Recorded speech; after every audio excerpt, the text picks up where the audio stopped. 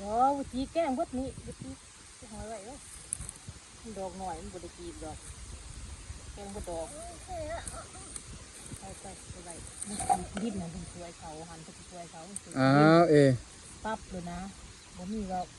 บ่ปะเบอร์10นี่บอกยากเลยเม็ดซี่นี่เบอร์10นี่เม็ดซี่ตัวเป็นบด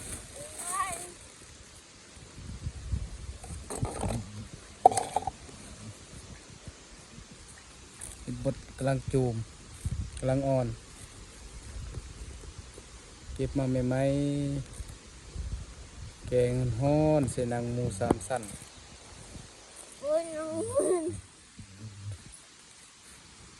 แซ่บๆรสจีมันตีมันขลองแคลน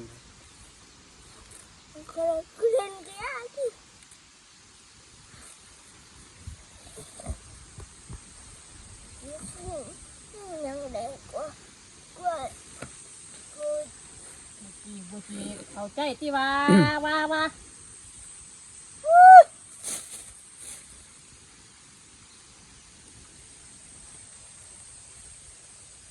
ออกกล้องนี้หาย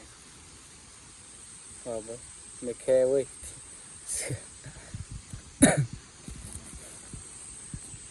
บอกฟังความนี่พี่น้องนะความขี้ดื้อ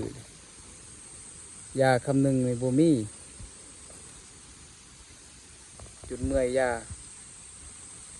งงแงกอีกตัว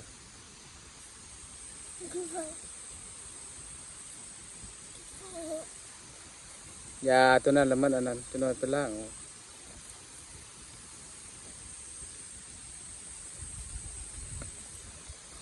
เต้ากระตาสีแดงงำอยู่โตกินหางตั้งแต่กินหางเฮ็ดไก่เอา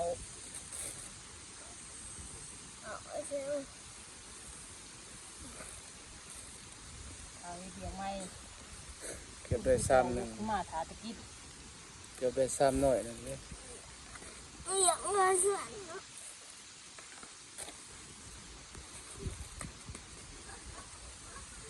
เฮ็ดบดออกโน่นย่ำฝนตกเฮ็ดบดแล้วก็เฮ็ดละโงกให้หน่อยแม่นบ่เฮ็ดซะยังบ่มีบ่ซะเฮ็ดเพาะเป็นคือว่าแตกตามส่วนไม้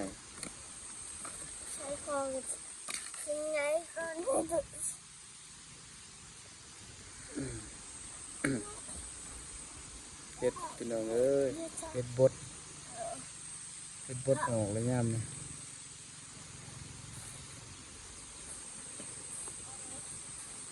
อีสังโอ้เมื่อกี้ว่าเฮ็ดทันเดเฮ็ดสิมาออกจะมาออกนี่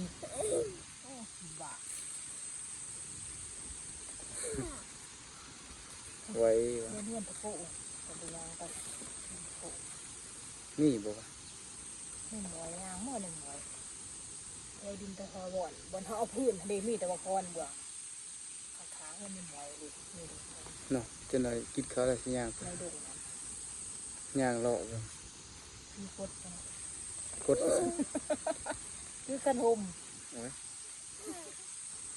หมุนป้าพอดีขาดเบิดอันน้ำเย็นใส่ตุ๊กตาซี่หน่อยไปนำไปเลาะแม่นแต่แถวนั้นเนาะเขามันมีคอนอยู่เขาไปเอาแทนพวกไม่ว่าเด้บ่เขาเอาจะเอาแต่ว่าจักตัวเขาเอาบ่เบิดทางกันมา1บ่อันนี้กกอันนี้มันออกเฮ็ดนี่คนไม่จิกไม่นะไม่แต้ก็ออกกันกกกุ้งกกนั่นเลยกกซาดนี่เฮ็ดขาวเฮ็ดบดนี่บ่ออกก่อนเฮ็ดบดนี่ส่วนหลายมีแต่ไม่จิกเด็กก็ไม่แต้คุบเอากันไม่กุ้งนี่เฮ็ดขาวๆนี่เฮ็ดขาวเพิ่นเฮ็ดขาวนี่ก็เฮ็ดนั่นจะได้ไปเฮียแล้วบ่ได้กินมันยังหน่อย มันเปื่อนไอ้ซึ่งก็ชอบ อันนี้เฮ็ดบดไม้ปีแล้วพี่น้องได้กินเฮ็ดบดไม้ปีแล้วเต็มบกตาแดงนี่โอ้น้ำลายก็หยอดใส่อยู่เว้ยโคนแก้ว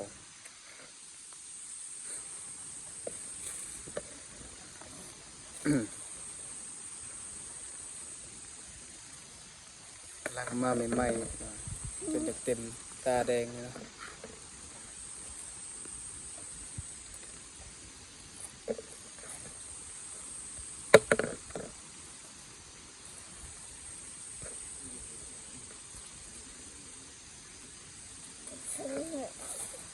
ไปหาเฮ็ดบดกำลังมา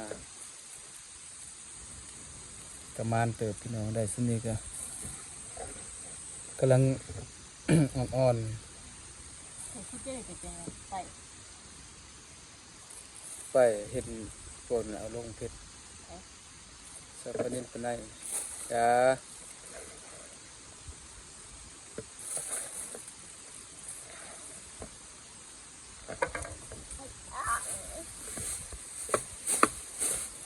มาช่ามเขาไปละ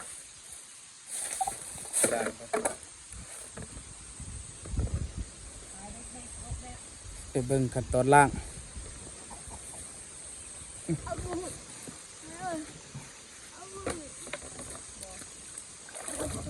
นี่หมอเอ้ย เอาบุ้ง นี่ล่าง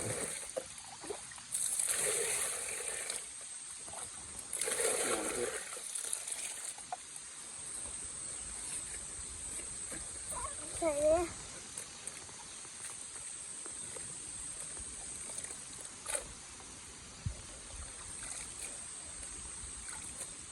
ขั้นตอนล่างเฮ็ดล่างบ่ยากเฮ็ดเพาะที่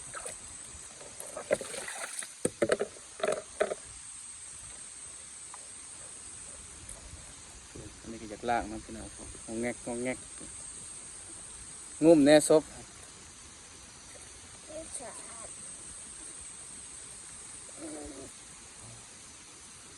เฮ็ดบดออก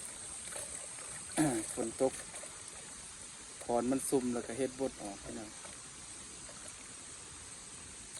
หาอย่างยากแหละคอนเฮ็ดคอนนี่ก็ส่วนหลายผู้ใดก็มีแต่จูดแต่เผา เออ มันก็คอนมันก็บ่อยากนี่อ่ะหาเฮ็ดกินก็อย่างยาก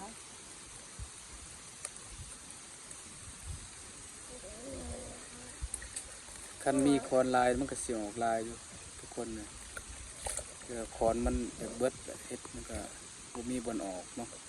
ก็หาคอนยากเฮ็ดบด เบื่อที่สุดนี่ใส่เยอะ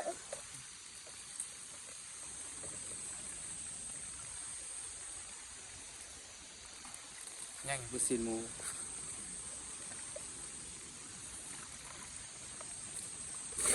ล้างแล้ว อีกอันนี้ ยา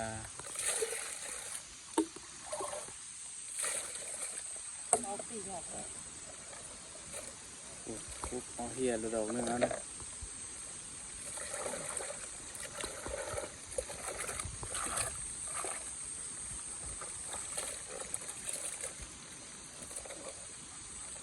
ถือถาดถือถาด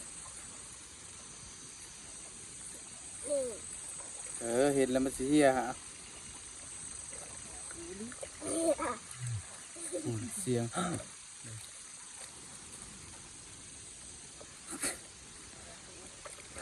ไปลักไปพยัดตัวเองไปน้ำเดี๋ยวจะไปสนจากมา เอาไปได้อยู่ดีเอ้ยเป็นคืน ตื่นแล้วอยู่ถนนจะไปนอนอยู่หันเดอยู่หนาโต๊ะดูไปเลย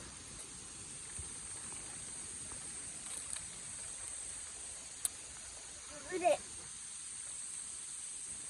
คือเนี่ย จบไว้สำนี้กันเด้อพี่น้องเลยคลิปนี้ก็เป็นการที่ว่าไปหาเฮ็ดเนาะเฮ็ดพดพี่น้องเลยขอบใจขอบคุณที่เข้ามาเบิ่งเข้ามาชมพี่น้องเด้อจบคลิปไว้สำนี้ก่อน